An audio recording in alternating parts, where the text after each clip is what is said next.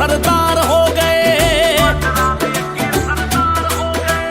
ਇੱਕ ਦੇ ਬੁਰਜ ਠੰਡਾ ਦੂਜਾ ਪਾਣੀ ਸਰਸਾ ਦਾ, ਇੱਕ ਦੇ ਬੁਰਜ ਠੰਡਾ ਦੂਜਾ ਪਾਣੀ ਸਰਸਾ ਦਾ। ਸੋਚ ਕੇ ਕਵੀਸ਼ਰਾਂ ਦੇ ਜੁੜੇ ਦੰਦ ਦੰਦ ਨਾਲ ਕਹਿੰਦੇ